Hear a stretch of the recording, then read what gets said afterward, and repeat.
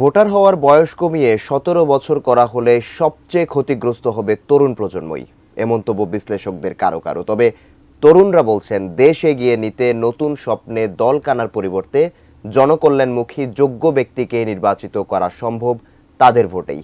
প্রধান উপদেষ্টা doctor Mohammad ইউনূসের voter হওয়ার বয়স কমানোর প্রস্তাবের প্রতিক্রিয়ায় উঠে আসে এমন অভিমত।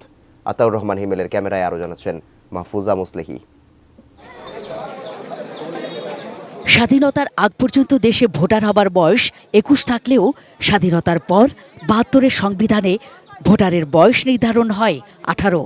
৭৩-এ প্রথম জাতীয় সংসদ নির্বাচনের মাধ্যমে এদেশে ভোট দেওয়ার সুযোগ পান ১৮ বছর বয়সীরা। ২০২৪ সালে ছাত্র জনতার অভ্যুত্থানের পর স্বপ্ন নতুন বাংলাদেশের। দায়িত্ব নেয় অন্তর্বর্তী সরকার। সম্প্রতি তরুণ নেতৃত্ব ও ভোটাধিকারের ভিত্তিতে আগামী রাষ্ট্রকে এগিয়ে নিতে ভোটারদের বয়স ১৭ করার প্রস্তাব দেন প্রধান উপদেষ্টা ডক্টর মোহাম্মদ ইউনূস। নিজের ভবিষ্যৎ নিয়ে তার মতামত দেওয়ার জন্য আমি মনে করি ভোটার হওয়ার বয়স ১৭ বছর নির্ধারিত হওয়া উচিত। হালনাগাদ ভোটার তালিকাও আসছে জানুয়ারিতেই। প্রধান উপদেষ্টার প্রস্তাবকে স্বাগত জানিয়েছে তরুণ প্রজন্ম। আমরা যারা জেএনজির ভিতর ছিলাম, সে যখন ভোট দিতে না পারবে তখন তার রাজনৈতিক অধিকারটা রাষ্ট্র পাচ্ছে না। দেশে বর্তমানে ১৫ থেকে ১৯ বছর বয়সী তরুণের সংখ্যা হচ্ছে ১,৬৫,০০,০০০। তো এর একটা গড় করলে ১৭ বছর বয়সী তরুণের সংখ্যা দাঁড়ায় প্রায় ৩০ লাখের উপরে।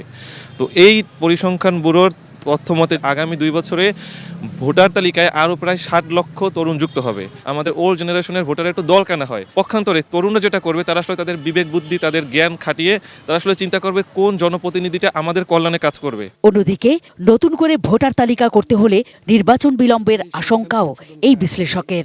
আমাদের সংবিধানে ১৮ বছর নির্দিষ্ট করা আছে, তাহলে এটা সংবিধান সংশোধনের বিষয়। সেটা অন্তর্বর্তীকালীন সরকার করতে পারবে কিনা, ওটা নিয়ে অনেক প্রশ্ন আসবে। এটা একটা প্রস্তাব সংস্কার, যদি এটা আমরা করতে চাই, পরবর্তী যে নির্বাচনের মধ্য দিয়ে যে সরকার আসবেন, দায়িত্ব নেবেন, তারা তাদের হাতে ছেড়ে দেওয়া ভালো মনে করি আমি। তবে বিশ্লেষকরা বলছেন, ভোটার বয়স ১৭ করলে সবচেয়ে ক্ষতিগ্রস্ত হবে তরুণ সমাজ।